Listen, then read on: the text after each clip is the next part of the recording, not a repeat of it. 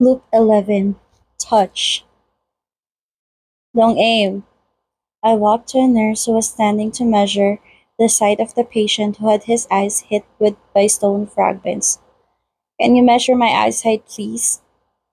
Long aim turned to look at me with an annoyed face while the patient was reading the numbers from top to bottom. What's wrong with you, Dr. Tin? I'm not sure what's wrong with me, but wherever I look, all I can see is pink. Long Aim looked at me with a disgusted look. Aim knows what's wrong with you. You're crazy. Go far away. I'm trying to work. When you have a new boyfriend, don't you see the way I see? Nope, but my boyfriend should see it. But he sees red instead of pink because I punched him in the eyes. The beautiful Aim is still brutal as always. She swapped out the eye patch so the patient could read the numbers from the other eye. Well, I'll get going, afraid to see red. I backed away from Aim and walked humming toward the patient who was lying there waiting for an x ray. These days, I'm in a mood like I've been taking drugs. It was filled with happiness that almost poured out of my ears. I was told that I was crazy many times, but I don't care. You can call me crazy or whatever. My boyfriend is so cute. That's it. I recall it being hazy that I'm going to secretly hear Sing and Gap arguing in the dressing room, and the reason for the fight? I'm not sure if it was Nongpin or what. I'll eavesdrop and listen to it again. After the emergency room was empty, it was time for me to go have some dinner. Of course, before I eat dinner, I have to ask my boyfriend first whether he had eaten yet or not. I grabbed my phone and dialed Doll as I walked to my room to cook instant noodles. Hello. Tal answered the call. I smiled widely as normally he will answer my calls with just one word. Have you eaten yet? I asked. Yes, how about you? Not yet. I just finished checking on patients. I looked up at the time. It was already past 9 o'clock. It's already 9 p.m. Tal raised his voice a little bit. What do you want to eat? I'll bring it to you. No, you don't have to. I'll just eat instant noodles because it's quick. I laughed. Are you in the room? Yes. Tal replied. Your cat is scary. Zebra is so lovely because you'll be seeing each other frequently. It's a good idea to get to know one another. He can relax, it doesn't bite. I walked towards the door of the residence room and reached my hand to open the door. Oh, Pitin, about my ex named Hart.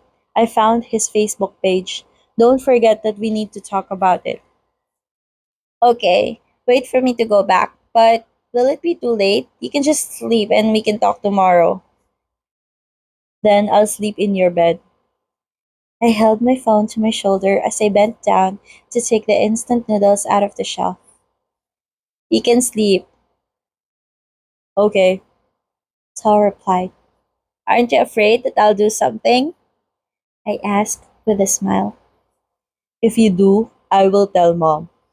And then he hung up on me. I laughed so hard and put my phone in my pocket. My boyfriend is so damn cute.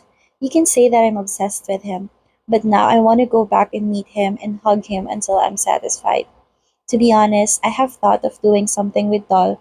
Well, the instincts of men normally tend to think of those things in their heads sometimes. But I promised myself I wouldn't force him if he didn't want to.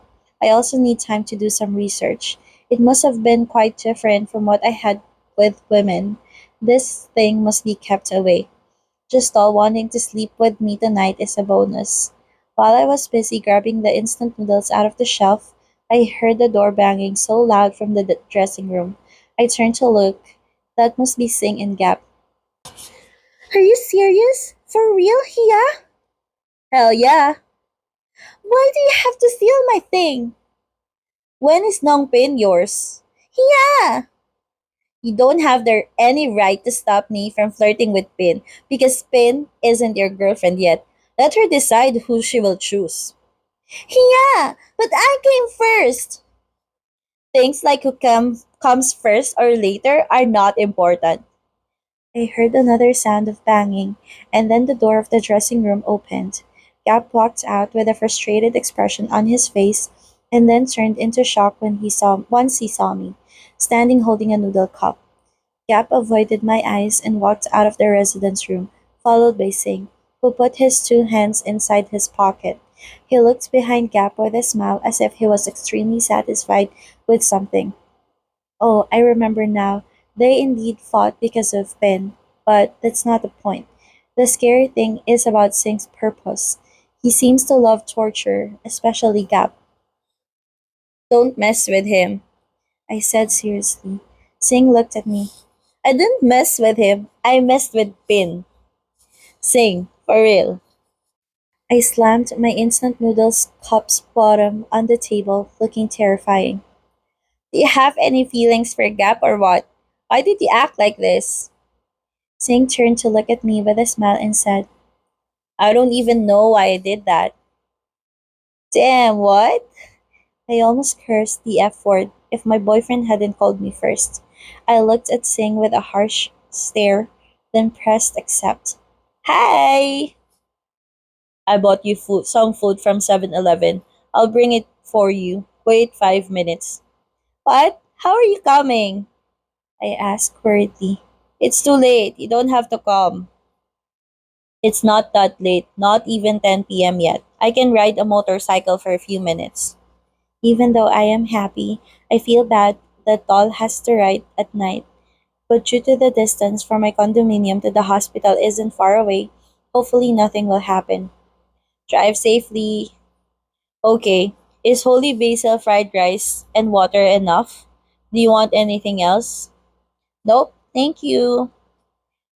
Okay, wait a minute. And then he hung up.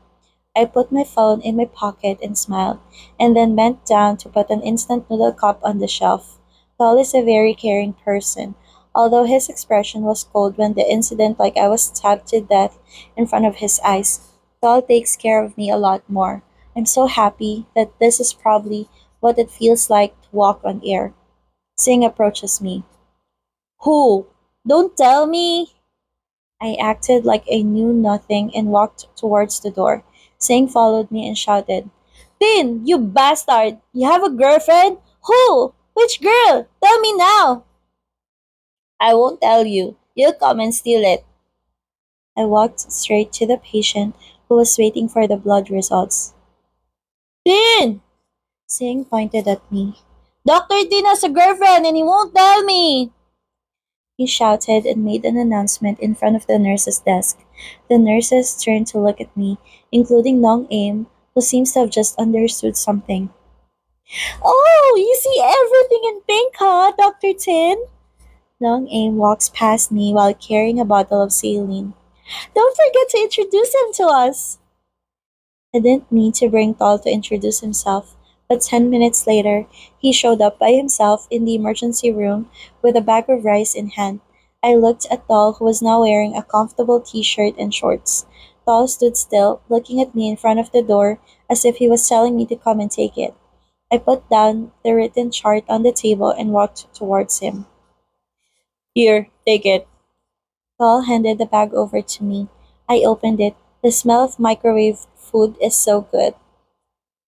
Thank you. I'm now hungry. I grabbed Tol's hand and squeezed it lightly. Next time, you don't have to come at night. Tol frowned and looked at me. Just doing this, I won't die. You're so stubborn. Should I hit you? You hit, I kick. Do you want to try? Tol immediately argued back. This kid constantly threatened to get physical. I sighed in horror and raised my hand in surrender. No hitting, no kicking. Let's just talk, okay? Tol nodded. I'll get going. I'll have to make a plan about my sex. If I come up with anything, I'll tell you. Okay, drive home safely. If you're thirsty, you can just press it from the water filter. Tol turned around and raised his hand as a sign that he knew, and walked through the automatic door out of the emergency room. I turned around and found a weird sight, which is how nurses and juniors stopped working and looked at me. I smiled at everyone. carried the bag of rice, and walked straight to the room without speaking. I came back to my room around midnight. When I opened the door, I found Doll, who was already asleep with the lights on. Zebra walked and looked at me with a grimaced face, as if he wanted to ask who this guy on the bed was. I picked up Zebra and walked over to put my bag on the chair. I kissed Zebra on the cheek once and laid it on the ground. I'm sorry, Zebra. I'll have to share your love with a stranger in bed. Don't be mad.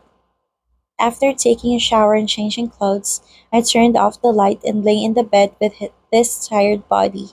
Normally, I would just lay myself down without being considerate of anyone, but this time I had to lie down as quietly as possible so that Tal wouldn't wake up. I covered Tal with a blanket over his shoulders, looking at him sleeping in front of me. If I secretly kiss him right now, will he get mad? But when I remembered the first day I first adopted Zebra, I had three claw marks on my cheek after trying to kiss him, so I gave up. I reached my hand to play with his hair that was on his forehead instead, not knowing that the act was a wake up call to wake him up. Sorry, go back to sleep. I immediately apologized for waking him up. Paul twitched slightly and closed his eyes again. Was the food delicious? Tal asked with his eyes closed. Taste is standard, but it's more delicious because you brought it, I said with a smile. Tal opened his eyes to look. Why do you keep playing lame jokes like this? My smile slowly faded. Or should I make you feel bad? If you don't like it, I can stop. I'm saying you don't have to play. Just don't die. Paul's hand moved up to my chest as if to check if I was breathing. Stay with me. Don't die. That's enough. No, don't do this. I can't stand it anymore. I moved my hand to support his face, staring deeply into his eyes. Even though it's dark now, the light outside shining through the window made it possible to see the look in Paul's eyes. His face and mine slowly moved closer and closer, and my heart began to flutter when I closed my eyes. I didn't expect him to be ready this fast. Maybe it's because Paul himself has been through a lot of women. My kiss was definitely not his first. He probably understood that physical contact was necessary to maintain a relationship. I'm so glad that Tal didn't seem to refuse. My lips were about to touch Tal's lip if Zebra's paws hadn't stepped on my face first. Tal opened his eyes and hurriedly grabbed the pillow to cover his face and turned his back to me, leaving me to lie awake with a cat stomping on me. This freaking cat. Jealous cat. Tomorrow I'll make spicy cat soup. Wait and see. End of loop 11. Touch.